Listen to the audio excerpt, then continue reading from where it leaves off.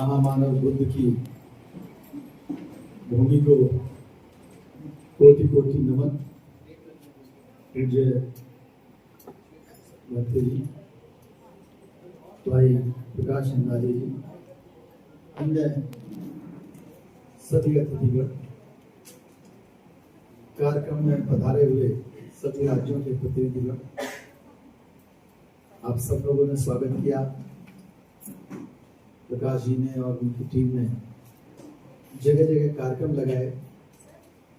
कुछ कार्यक्रमों में मैं नहीं जा पाया, प्रयास से करता हूँ कि सभी कार्यक्रमों में जाऊं, क्योंकि आपकी जो भावना है बड़ी पवित्र भावना है। उसके अंदर न सिर्फ समाज का उत्थान शामिल है, बल्कि एक भ्रमण का जो तत्व है वो जुड़ा हुआ है। पूरी दुनिया के विकास के पीछे अगर कोई एक कारण है तो उसकी पृष्ठभूमि भ्रमण से जुड़ी हुई है।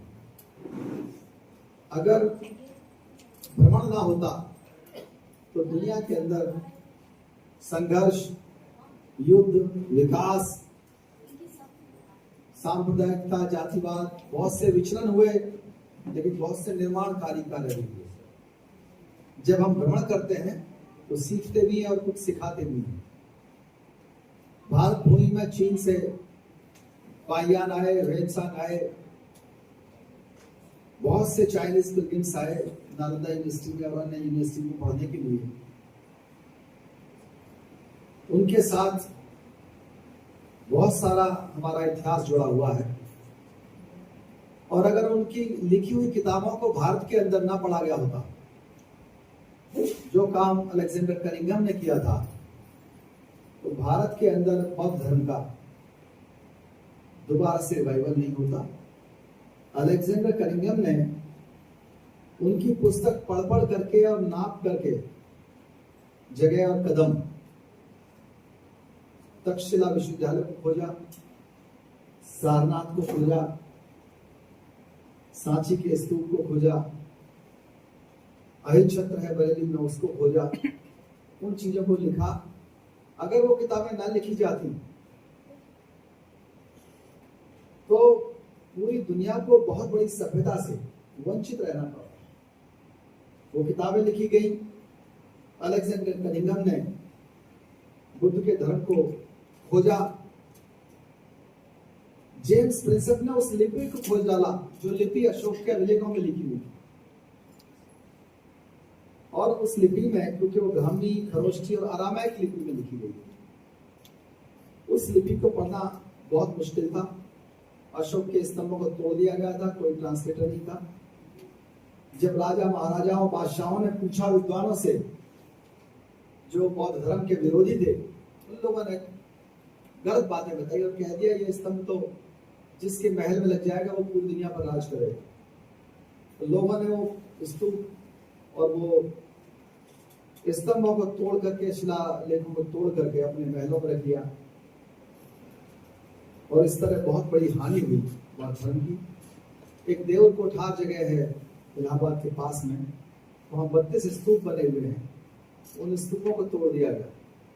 यहाँ तक कि अशोक का इतना बड़ा साम्राज्य रहा, मौर्य साम्राज्य रहा, और भारत के अंदर उसका नाम और निशान मिटा दिया गया। श्रीलंका के अंदर एक जॉर्ज टर्नर काम कर रहे थे बौद्ध ग्रंथों के ऊपर। उन्होंने खोज करके निकाला कि ये जो स्तूप और ये अभिलेख जो मिले हैं, शिलालेख, जिन पर देवानाम प्रिय प्रियदर्शी अशोक लिखा हुआ है, अशोक ने लिखा हुआ, देवानाम प्रिय प्रियदर्शी लिखा हुआ है, ये इनका दूसरा नाम अशोक था। वो श्रीलंका के किताबों के अध्ययन से जानकारी। अगर विदेशी भारत में ना आए होते, उन्होंने कॉइन्स की खोज की, उस पर लिपि जो थी उसकी खोज की, फिर उसको संस्कृत से और पाली से मिलाया और पूरे बौद्ध धर्म को निकाल करके दे दिया। विश्व की शांति में बुद्ध की वाणियों का बहुत बड़ा हाथ है।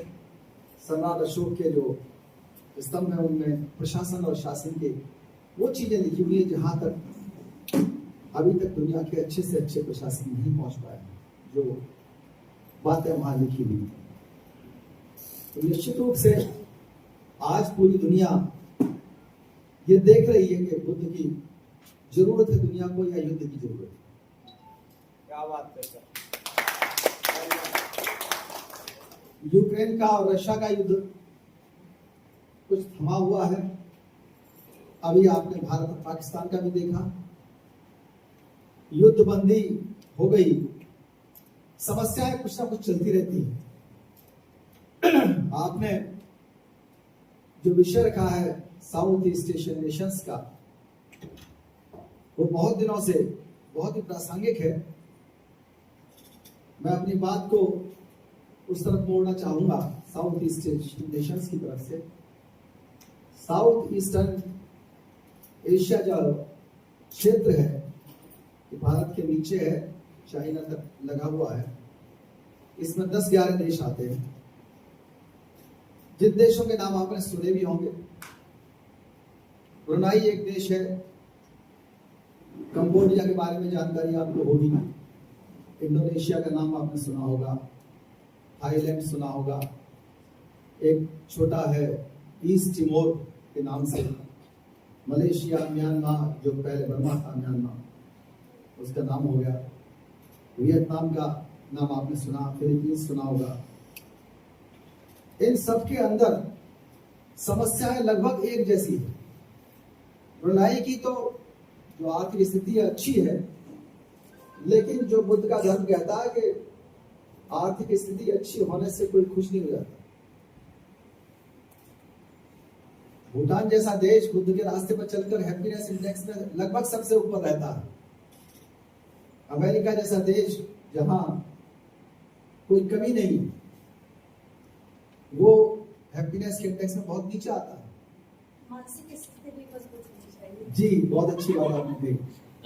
आपको एक बैलेंस्ड लाइफ चाहिए, संतुलित जीवन, शरीर से भी मन से भी। और इसमें जो परफेक्शन दिया हुआ है वो बुद्ध के मार्ग में है। साउथ ईस्टर्न ईस्ट एशिया के नेशंस के बारे में बहुत सी किताबें लिखी गई। एक किताब लिखी है अली विंटर ने, पीस एंड मी, जिसमें 12 नोबेल लॉरिएट के बारे में लिखा है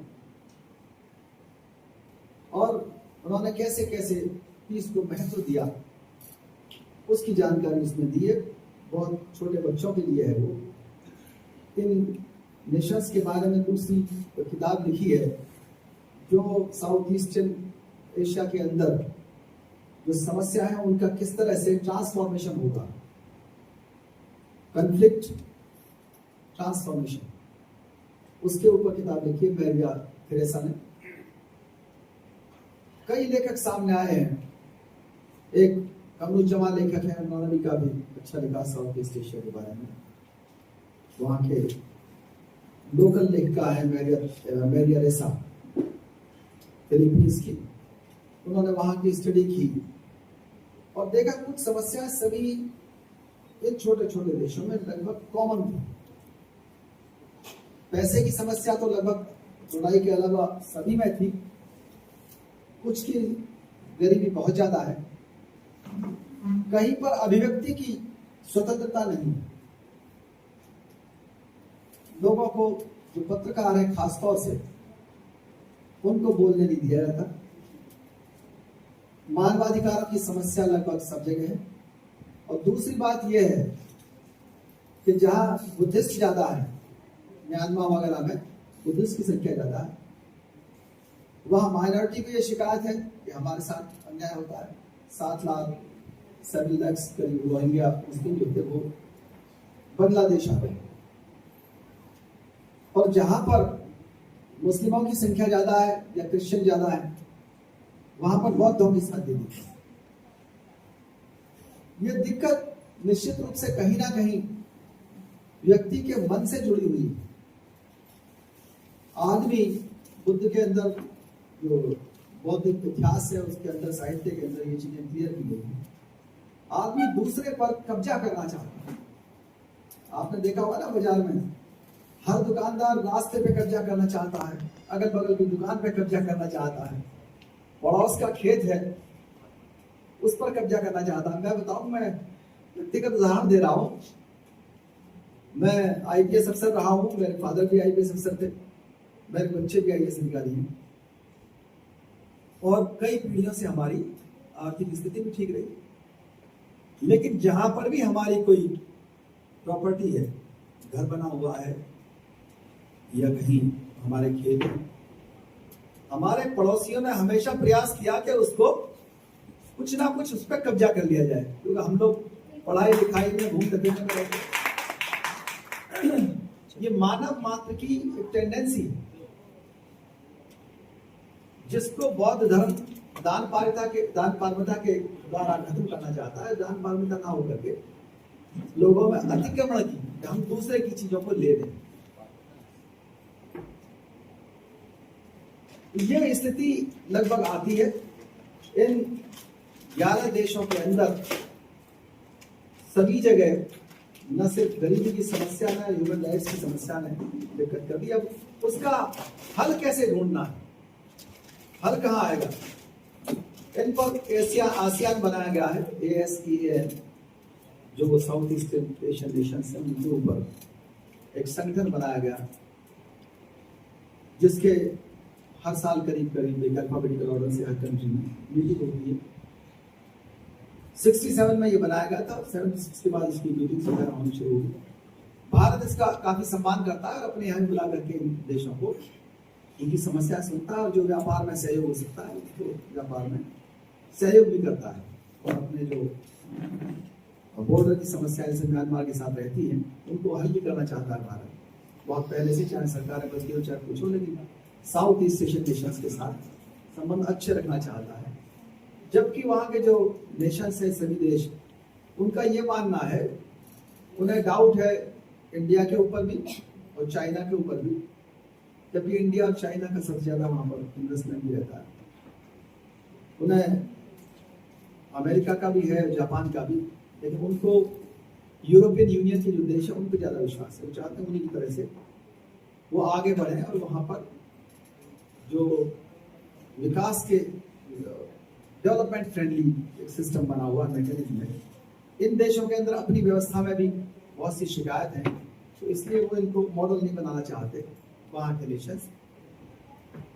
बुद्ध का जो रास्ता है, उस रास्ते में बहुत सारे सॉल्यूशंस हैं, जबकि वहाँ उन देशों के अंदर बौद्धों ने ही सॉल्यूशंस का प्रयास नहीं किया। जो प्रयास हुए वो वहाँ के मिलिट्री ने या वहाँ के जो उग्रवादी लोग थे, उन्होंने उसको विफल कर दिया। अगर करुणा की बात करें तो बुद्ध का धर्म करुणा में, क्योंकि बुद्ध का नाम ही महाकारुणिक है, उसमें ब्रह्म विहार दिए हुए। करुणा सबसे पहले स्टार्ट होती है कंपैशन के, हम दूसरे के ऊपर दया करें, किस तरह की हमारी सोच हो और उसके लिए कैसे आगे बढ़ा जाए। उसमें जो ब्रह्म विहार है, किस तरह से मैत्री का भाव आना चाहिए, किस तरह उपेक्षा हो उन चीजों से जिनसे हमारा कोई लाभ नहीं होने वाला, जो अटैचमेंट है, उनको हम हटाएं। सिंपैथेटिक जॉय, मुदिता कहते हैं चौथी चीज, उसका उपदेश दिया गया है, ताकि जब सभी देशों के अंदर जो समस्या है, जैसे भारत के अंदर कास्ट की और सब कास्ट की समस्या है, कहीं पर क्लास की समस्या है, बुद्ध जो सॉल्यूशन देते हैं वो इन सभी चीजों का सॉल्यूशन देते हैं। कहीं पर क्या, सभी जगह जेंडर डिस्क्रिमिनेशन तो सभी जगह। बुद्ध ने बहुत पहले कह दिया कि जो बच्ची है, लड़की है, एक बार उनके साथ घूम रहे थे, उसकी पैदा हुई, बुद्ध ने कहा ये दुखी होने की बात नहीं है, पुत्री पुत्र से अच्छी हो सकती है। और महिलाओं को उन्होंने संघ में भर्ती भी किया। तो बुद्ध का धर्म समतामूलक धर्म है, उसको साउथ ईस्ट एशियन नेशंस को समझना चाहिए था, जहां वर्ग या जाति का कोई स्थान नहीं, लेकिन उसको नहीं समझा गया। तो जितना भी डिस्क्रिमिनेशन कहीं भी है, उस डिस्क्रिमिनेशन को खत्म करने के लिए वहां के नागरिकों को सोचना चाहिए। लोकतंत्र की व्यवस्था लगभग पूरी दुनिया के सभी देशों में आ गई है, लेकिन फिर भी कहीं कहीं वहां की मिलिट्री हावी है, कहीं पर वहां की मेजोरिटी हावी है, और कहीं वहां की जो माइनॉरिटी के लोग हैं वो लोग निराश होकर के घटना को घटना करते रहते हैं। छोटी से छोटी घटना को तूल बना दिया जाता है। मैंने देखा लखनऊ में महसूस था, एक्सीडेंट की एक जो घटना होती है जिसमें एक दूसरे के धर्म के बारे में कोई लोग नहीं जानते, एक्सीडेंट हुआ नहीं और पथराव शुरू हो गया। वहां शिया सुन्नी दो जो दोनों इस्लाम के मानने वाले रहते हैं, एक्सीडेंट वहां पर एक सरदार का एक हिंदू से हो गया, किसी को कुछ पता नहीं था, और शिया सुन्नी ने आपस में पथराव शुरू कर दिया। घटना एक्सीडेंट की, और जो उसमें इन्वॉल्व थे एक सरदार था और एक नॉन सरदार, नॉन सिख हिंदू था। उसकी क्या जात थी पता नहीं था लोगों, बस सड़क ऐसी थी कि एक तरफ शिया रह रहे थे, एक तरफ सुन्नी रह रहे थे। तो कहां शिकायत है, दिक्कत है मानसिकता में। मानसिकता यह है कि ये कोई ना कोई शिया और सुन्नी होंगे, ये एक्सीडेंट करने वाला भी और पिटने वाला भी, और दोनों की गलती है तो पथराव तो कर ही लिया जाए। तो जो शरारती तत्व है वो छोटी से छोटी चीज को ढूंढा करता है, और जो शांति वाले तत्व के लोग बाग हैं, शांत हैं, उनकी रफ्तार थोड़ा धीमे रहती है, उनको रफ्तार बढ़ानी पड़ेगी। आदमी का जो विकास हुआ है, आदमी का विकास अकेले नहीं हुआ। एंथ्रोपोलॉजी या सोशियोलॉजी जिन लोगों ने पढ़ा होगा उन्हें मालूम होगा कि हमारा नाम जो है वो सेपियंस है, होमो सेपियंस सेपियंस। बायोलॉजी के स्टूडेंट है, हिस्ट्री वाले भी होंगे। हमारा नाम क्या है? होमो सेपियंस सेपियंस। और ये अकेले एक धारा नहीं थी, इससे जुड़ी हुई कई सारी धाराएं थी। एक निएंडरथल भी था, निएंडरथल को हमने धीमे धीमे मार दिया और उससे शादी भी कर ली हमने, अवैध संबंध भी किए होंगे, तो उनका जीन्स हमारे अंदर कुछ ना कुछ बचा हुआ है। निएंडरथल में एक कमी थी कि वो ज्यादा लोगों को इकट्ठा नहीं कर पाता था। युवाल नोआ हरारी की किताब पढ़िएगा कभी, सेपियंस के नाम से है, 3-4 किताबें हैं उसमें, अभी एक किताब है इनएक्शंस, उससे पहले 21 लेसन्स फॉर 21st सेंचुरी है और होमो डियस की, लेकिन जो मुख्य किताब पहली है वो सेपियंस के नाम से है। और निएंडरथल को सेपियंस ने कैसे हटा दिया? हटाने के 2 तरीके, कुछ को तो मारा भी होगा उन्होंने युद्ध में, उनसे शादी की होगी तो जीन्स भी आ गए, लेकिन प्रभावी जीन्स सेपियंस का है, जिसका विकास का जो सबसे बड़ा कारण है वो ये है कि वो बहुत सारे लोगों को इकट्ठा करके युद्ध भी लड़ सकता है, झगड़ा भी कर सकता है, और बहुत सारे लोगों को इकट्ठा करके ब्रिज भी बना सकता है, नहर भी खुदाई कर सकता है। उसके अंदर ये क्षमता है। ये क्षमता हमको बराबर जारी रखनी है, इसको बुद्ध के अलावा किसी ने पहचाना नहीं। बुद्ध का धर्म आओ और देखो पर आधारित है और जोड़ने को लेकर आधारित है। वहां पर कोई भी सीमा, ना तो जाति की, ना उपजाति की, ना देश की, ना ही भौगोलिक सीमा, कोई भी सीमा आपको रोकती नहीं है, वो जोड़ती है। ना कोई लिंग भेद, ना माइनॉरिटी मेजॉरिटी का अंतर। बुद्ध विहार में सब आ सकते हैं, सब जा सकते हैं, बाहर भी और किसी भी जगह जा सकते हैं, कहीं भी शादी कर सकते हैं, कोई रोक नहीं है। लेकिन जो अन्य धर्म बदले, जो अन्य अनुशासन पैदा करने के लिए मोरल की विवाह के रूप में आए, उन्होंने, जैसे भारत के अंदर तो वर्ण व्यवस्था थी, उन्होंने लोगों को ग्रुप बना करके अलग अलगाव पैदा किया, जातिवाद के माध्यम से अलग अलग ग्रुप बनाए, छोटे छोटे समूह रहे। अन्य देशों में अलग धर्मों ने, उन्होंने अपने कहीं ना कहीं हर धर्म के अंदर शाखाएं बना ली। शादी के बारे में नियम कर दिया कि नहीं, हम अपने ही समूह में शादी करेंगे। ये सेपियंस के विकास में सबसे बड़ी बाधा है, जिसको यूनाइटेड नेशंस का ह्यूमन राइट्स चार्टर आर्टिकल 16 में मना करता है। उसमें साफ अधिकार दिया कि जो भी नागरिक है विश्व का, विश्व में जो पैदा हुआ है, उस सबको यह अधिकार है आर्टिकल 16 में कि वो कहीं भी शादी करके अपना परिवार बसा सकता है, अपने देश के अंदर या विदेश से भी शादी कर सकता है, दूसरे धर्म में भी कर सकता है। ये बुद्ध ने ही छूट दी थी, अन्य धर्मों ने ये छूट नहीं दी। उन्होंने आपको कह दिया कि आप हमारे साथ आ जाओ। ये छूट साउथ ईस्ट एशियन नेशंस में भी नहीं है, भारत के अंदर भी नहीं है, और जिन देशों ने दे रखी है अमेरिका वगैरह, वहां पर विकास ज्यादा है। साइंटिफिकली भी ये चीज बहुत नोट करने लायक है कि जिन लोगों में नजदीक शादियां हुई थी, उनके जीन्स के अंदर जो पावर थी वो पावर वीक हो गई, इम्यूनिटी वीक हो गई, उनको बीमारियां होने लगी। लेकिन घर के अंदर यही सिखाया जाता है कि बहू लाओ या दामाद लाओ, अपनी ही बिरादरी का लाइए। मैंने देखा लोगों ने आईएएस अफसर से शादी नहीं की दूसरी बिरादरी के, और अपनी बिरादरी के नायब तहसीलदार से शादी कर ली या लड़की को कुंवारा रखा। आईएएस अफसर मांग रहा है कि नहीं यार हम शादी कर लेंगे, लेकिन उन्होंने कहा नहीं, हमारी नाक कट जाएगी। ये जो सेपियंस की विशेषता थी, उस विशेषता पर ध्यान देना पड़ेगा। इसके बारे में बहुत कम नेता या बहुत कम प्रोफेसर इसकी बात बताते हैं। मैं इसको पकड़ के चलता हूं कि ये जो शादी पर रोक है, ये सेपियंस के विकास पर ही रोक है। अच्छा,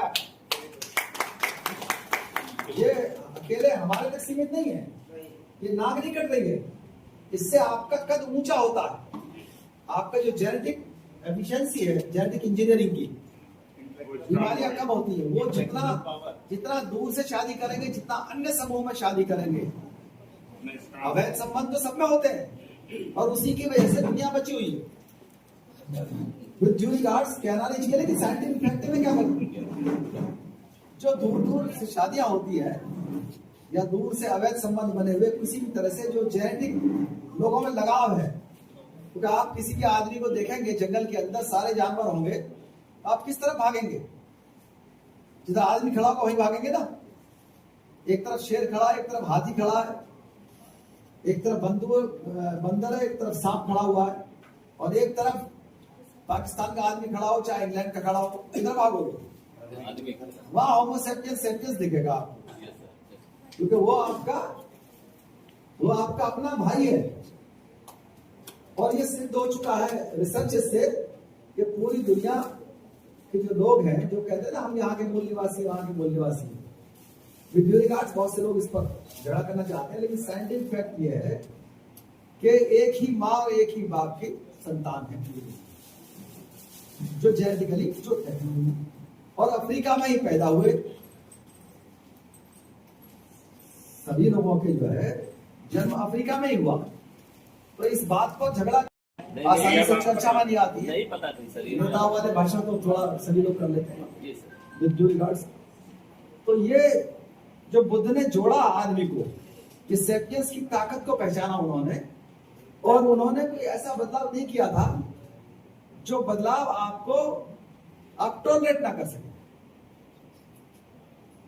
आपको वो जब कपड़े पहनाए जाए, जो कपड़े आप जैसे मलमल का कुर्ता आप पहन सकते हैं, कपड़े की टोपी पहन सकते हैं, लोहे की टोपी पहनने में आपको दिक्कत होगी, क्योंकि कपड़े की टोपी पहनना टॉलरेबल है। तो आपको जो विकास की चीजें बदलाव दिया था बुद्ध ने, वो उसी तरह का दिया था। और डेमोक्रेसी में बहुत बड़ा विश्वास है बुद्ध के धर्म का। बाबा साहब ने तो यह भी कहा था कि मैंने जो इक्वलिटी, लिबर्टी, फ्रेटर्निटी ली है, वो मैंने फ्रांस की क्रांति से नहीं ली, मैंने ये शब्द भगवान बुद्ध से ली। संघ के अंदर वैसे ही डेमोक्रेसी हुआ करती थी बौद्धों के संघ में, उसी तरह से नियमों और कानून बनते थे, उन पर वोट होता था।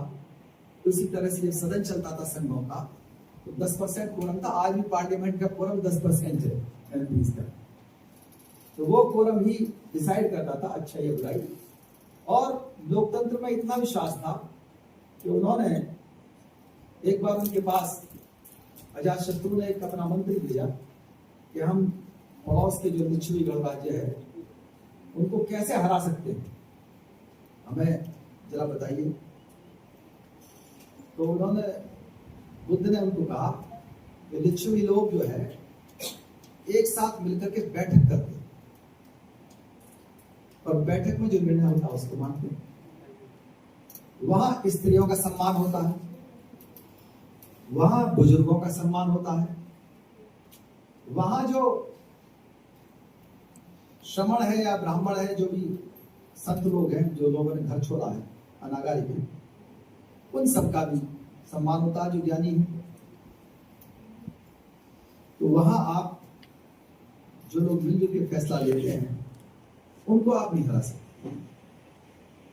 ये सारी करीब 7 कंडीशंस उन्होंने बताई जो किसी भी देश के लिए, किसी समाज के लिए, जो भी लोकतंत्र में विश्वास करता है, चाहे साउथ ईस्ट एशिया हो, चाहे पाकिस्तान, चाहे नेपाल, कोई भी हो, उनके लिए एक बहुत बड़ा सूत्र है, मंत्र है कि वो इस लोकतंत्र के रास्ते पर आगे चल सकते हैं।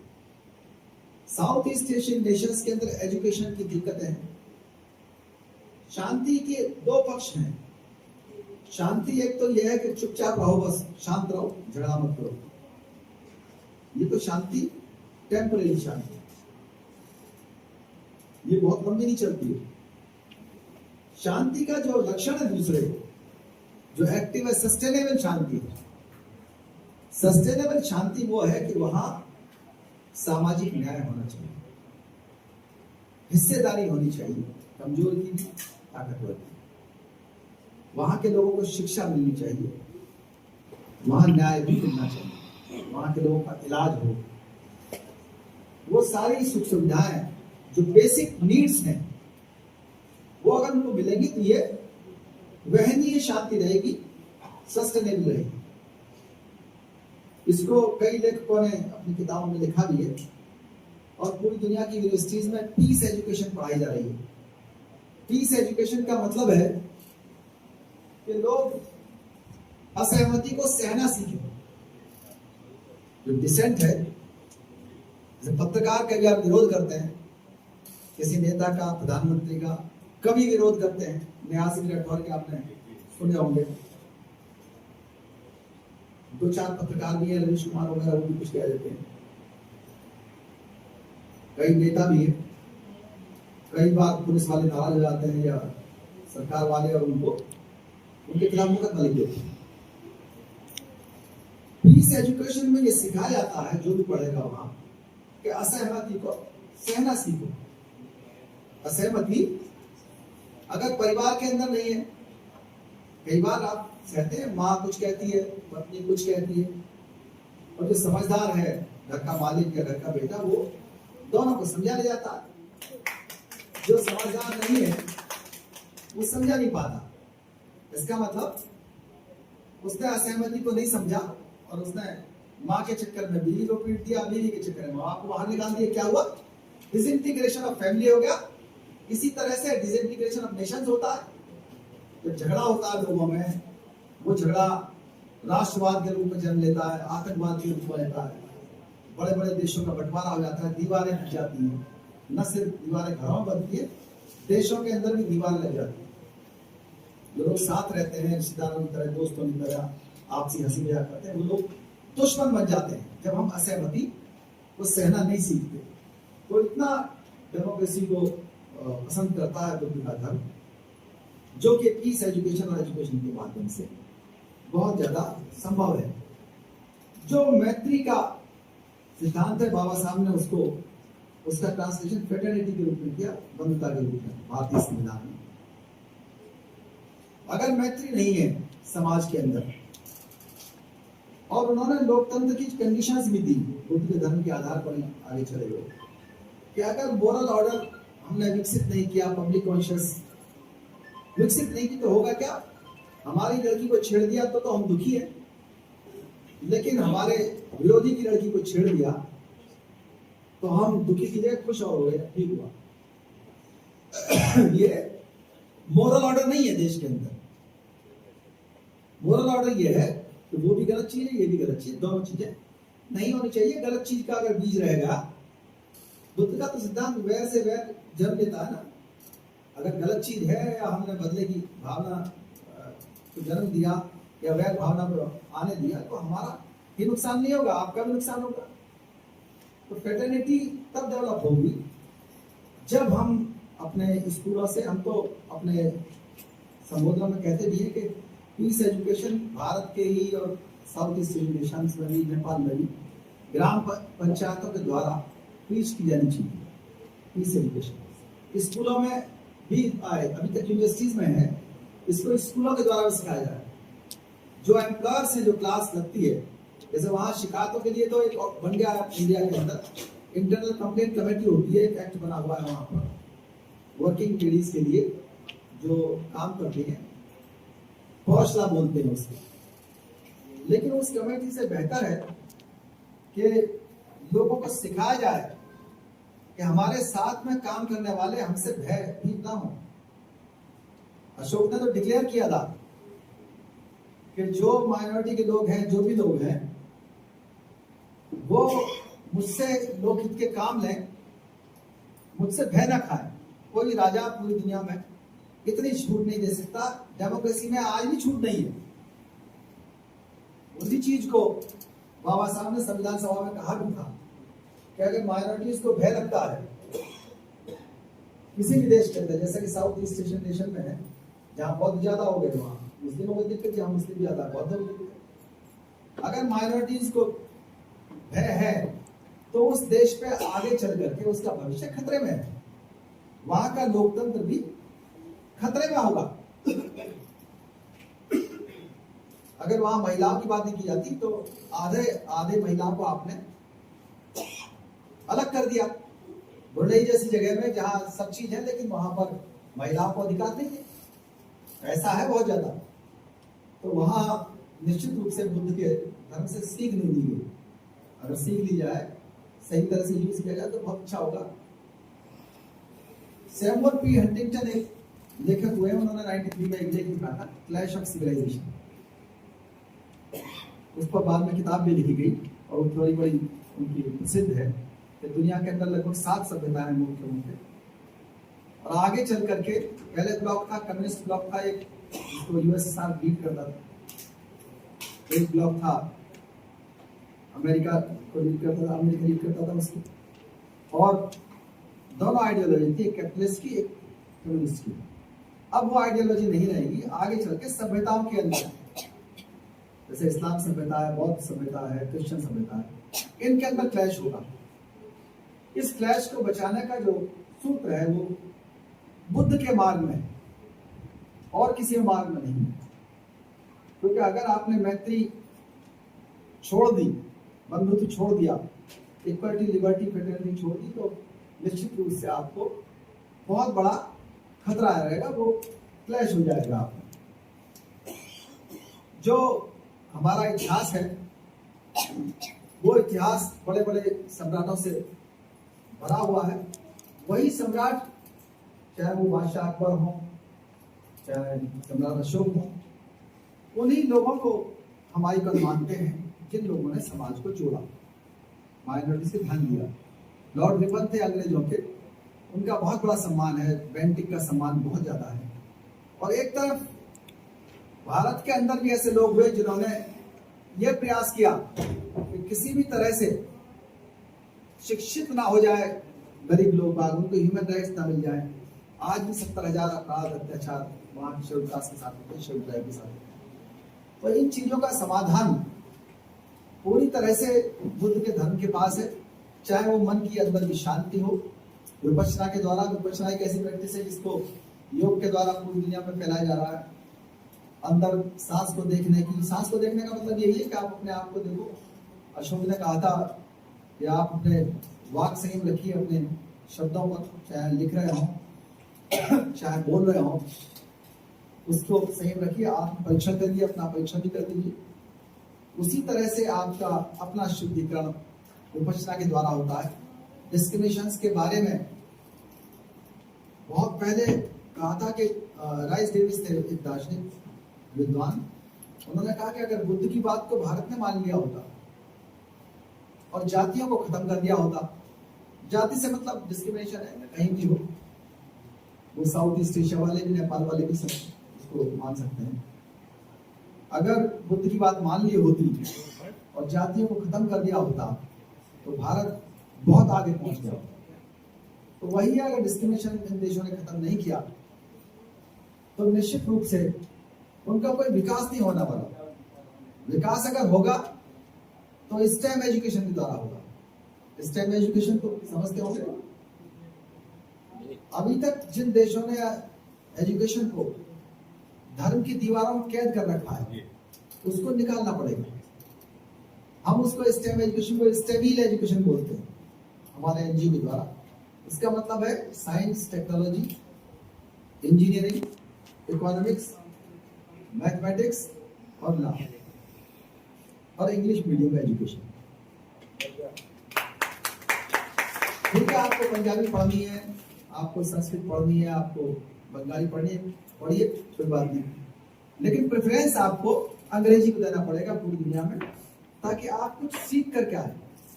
जब आप भ्रमण करते हैं तो सीखते सिखाते, मैंने शुरू में बताया था, और पता लगा कि आप क्षेत्रीय भाषा में एमए किया, क्षेत्रीय भाषा में पीएचडी की, तो वो समाज के बहुत कम काम आने वाली है। अगर हमको अपने नागरिकों को अच्छी तरह से तैयार करना है कि वो देश के भी काम आए, दुनिया के भी काम आए, वो अच्छे सैनिक बने, अच्छे अधिकारी कर्मचारी बने, अच्छे विचारवान नेता बने, तो हमको एजुकेशन बढ़ानी पड़ेगी, स्टेबल एजुकेशन। और जो अंधविश्वास है वो हमारी बहुत बड़ा गरीबी का कारण है। अंधविश्वास में अंधविश्वास इवन बौद्धों के अंदर भी, बौद्धों को भी जो मूल धर्म है प्रतीत समुत्पाद के ऊपर आधारित, उसमें उसका सार यही है, लंबा है, मैं इतना लंबा नहीं करूंगा, 2 मिनट में अपनी बात खत्म करना चाह रहा हूं मैं। आप लोग भी काफी थक गए होंगे सुनते सुनते। प्रतीत समुत्पाद का एक लाइन में सारांश है कि हर चीज का कोई कारण होता है, और जो अंधविश्वास है, सुपरस्टिशन, वो ये मान के चलता है कि कोई कारण नहीं होता, हर चीज बनी बनाई है, हर चीज तय है पहले से। वो साइंस को नहीं मानता, तो उसको अपने पीसडम को सिद्ध करना है कि पीसडम ही हमें भगवान से मिलाएगा, पीसडम ही हमको पुरोहित है, वही हमारी नैया पार लगाएगा, अगले जन्म में हमें कुछ बढ़िया मिलेगा, इस जन्म में हम चपरासी हो गए, अगले जन्म में हम करेक्ट होने वाले हैं।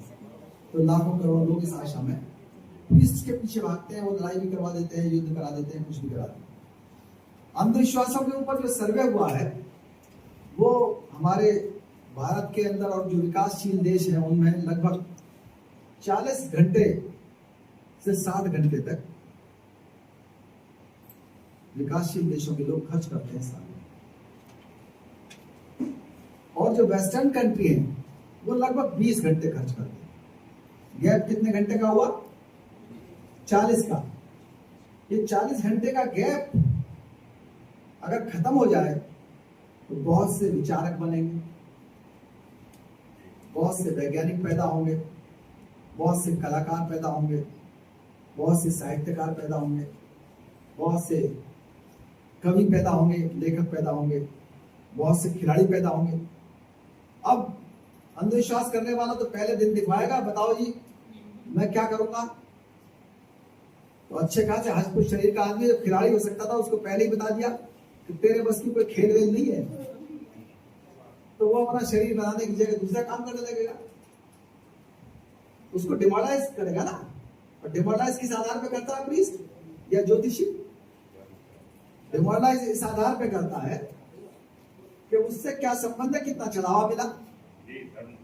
तो ये साउथ ईस्ट एशियन नेशन को समझना होगा कि इन विकासशील देशों को प्रीचर्स की जरूरत नहीं है, टीचर्स की जरूरत है, मिस्ट्री की जरूरत नहीं है, हिस्ट्री की जरूरत है, माइथोलॉजी की जरूरत नहीं है, साइकोलॉजी की जरूरत है, एस्ट्रोलॉजी की जरूरत नहीं है, एस्ट्रोनॉमी की जरूरत है। और प्रीस्ट तो क्या सिखाएगा आपको? पैर छूना सिखा देगा, तिलक लगाना सिखा देगा, गला बांधना सिखा देगा, हाथ उंगली रेखाएं सिखा देगा, ये चीज सिखाएगा। वो नहीं सिखाएगा कि मंगल ग्रह पे कैसे रहा जाएगा, उसके लिए साइंस पढ़नी पड़ेगी। हवा को कैसे शुद्ध किया जाएगा। हमारे लोग पूरी दुनिया के अंदर जो भी वीकर सेक्शंस के लोग हैं वो हिपोक्रेट्स हो गए। अपनाते कुछ है, लेकिन आस्था कहाँ है? पूरी दुनिया के कोरोना कहाँ सही हुआ? दोनों खा करके, सही कह रहा हूं, और वैक्सीन लगा करके। दोनों कहां से आई? साइंस से। लेकिन विश्वास किस चीज में है? थाली बजाने। किसी ने तो थाली बजा दी, किसी ने कोरोना माता का मंदिर रख दिया, मंदिर बना दिया बहुत से लोगों ने, कोरोना देवी का मंदिर, और धन्यवाद देने गए वही कि आपने कोरोना को शांत कर दिया। जब कोरोना कोई राक्षस रहा हो, जब राक्षस मान लेंगे, नदी को मैया मान लेंगे, चंद्रमा को मामा मान लेंगे, तो सोच लेंगे आप वहां जाने की जरूरत तो है नहीं, जब जरूरत पड़ेगी देखा जाएगा। तो ननिहाल वाले हैं। रिसर्च तब शुरू होता है जब रिसर्च पे पैसा खर्च हो। पैसा तब खर्च होगा जब वहां के लोग रिसर्च करना चाहें, विज्ञान के बारे में जाने, उनको विज्ञान के बारे में चिंता हो।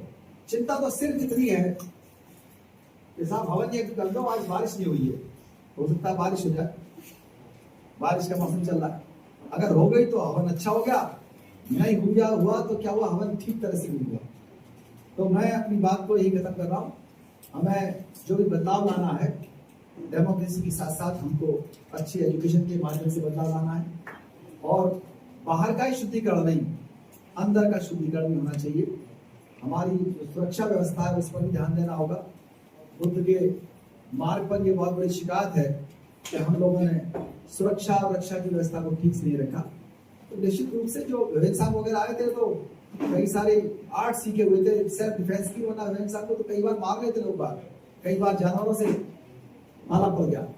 और खेलों से स्वस्थ बनाइए, शिक्षा से स्वस्थ बनाइए अपने आप को, ये देश के लिए भी और नागरिकों के लिए भी अच्छा है। और ब्रॉड माइंडेड बनिए, इंटर मैरिजेस को बढ़ाइए, अंधविश्वासों को खत्म करिए। ये बहुत छोटी चीजें हैं, लेकिन इन सब चीजों का आपने बहिष्कार कर रखा है प्रीस्ट के चक्कर में आकर। प्रीस्ट का चक्कर छोड़ दीजिए, विद ड्यू रिगार्ड्स टू भक्ति भी, जो अच्छी बातें बताए प्रीस्ट उनको मानिए।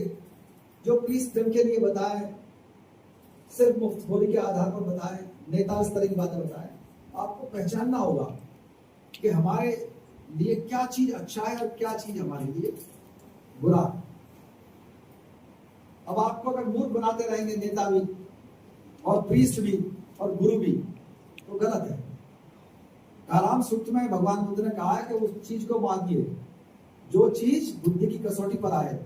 इसलिए मत मानो कि भंते जी ने कहा, गुरु जी ने कहा, बहुत आकर्षक आदमी इसलिए कह रहा है, पिताजी कह रहे हैं, माता जी ने कह दिया, किताब में लिखा हुआ है, बहुत सारे उदाहरण देकर बताया। उस चीज को मानो जो अनुभव के आधार पर सही पाई गई। ये कैपेसिटी डेवलप करना ही हमारा उद्देश्य है। जिस दिन ये कैपेसिटी डेवलप हो जाएगी, निश्चित रूप से साउथ ईस्ट एशिया ही नहीं, पूरी दुनिया के अंदर बुद्ध शासन होगा। बुद्ध शासन का मतलब ये नहीं है कि सारे लोग बुद्धिस्ट हो जाएंगे। वो शासन शांति का है, समता का है, बंधुता का है। बहुत बहुत धन्यवाद।